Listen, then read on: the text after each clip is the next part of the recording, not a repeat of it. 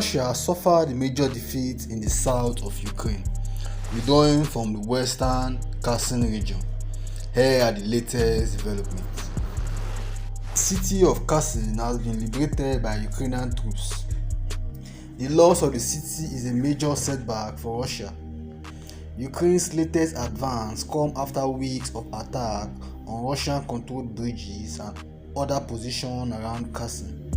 Elsewhere in Ukraine, fighting continues in Donetsk as Russian forces attempt to advance towards Bakhmut and have made progress in some villages in Donetsk. Ukrainian forces in Kherson. Ukrainian troops have won a major victory against Russia, taking control of the western Kherson region, including Kherson city. The latest Ukrainian advance came after months of successful attacks on Russian positions on the west side of the Dnipro River, aimed at disrupting Russian supply lines. Ukrainian targets include bridges across the river as well as the roads, pontoons, barges, and landing areas. Ukraine's success in Kherson resulted in large part from the Ukrainian Armed Forces UAF's innovative use of US-provided HIMARS precision rocket system, according to the Institute for the Study of War (ISW). Multiple precision strikes using HIMARS made Russian position on the west side of the river impossible to resupply. Also in the south, Russia has continued air, missile and artillery strikes in recent days, with targets including Zaporizhzhia city. Ukraine says it has also struck Russian position in Zaporizhzhia region. Russian forces are mobilizing men in Melitopol and Zaporizhzhia, making them to construct trenches and other defenses, according to the Institute for the Study of War. Intense fighting in the east. Russian forces are continuing to conduct ground attacks near Bakhmut and Tversk.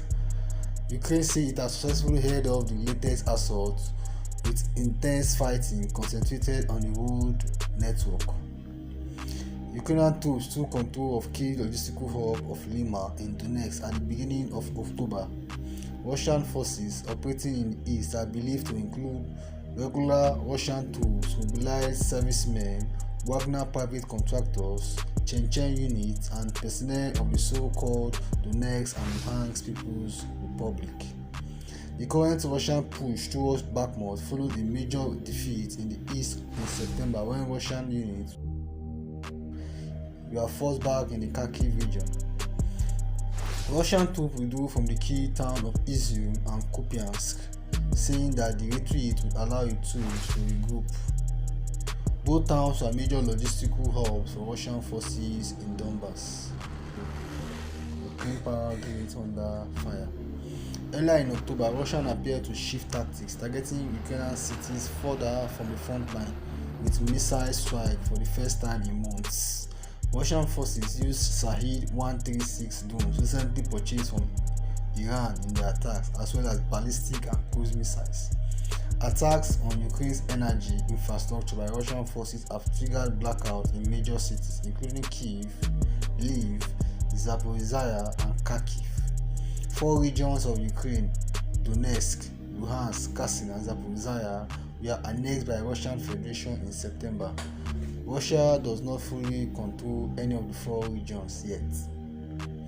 President Vladimir Putin has said that Russia will use all the forces and resources it has to liberate the 4 regions. In an address to the Russian people, Mr. Putin said his country has various weapons of destruction, adding, "I am not bluffing."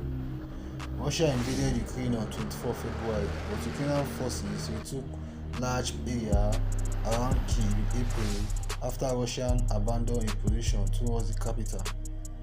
Areas in the west of the country, including Lviv, have seen missile attacks but no attempt by Russian forces to take and occupy ground. The Russians have suffered heavy losses since the invasion began, while Ukraine have suffered more losses, and significant quantities of Russian weaponry have also been destroyed or captured, while Ukraine have lost over 60% of the weapons, only being supplied by the US.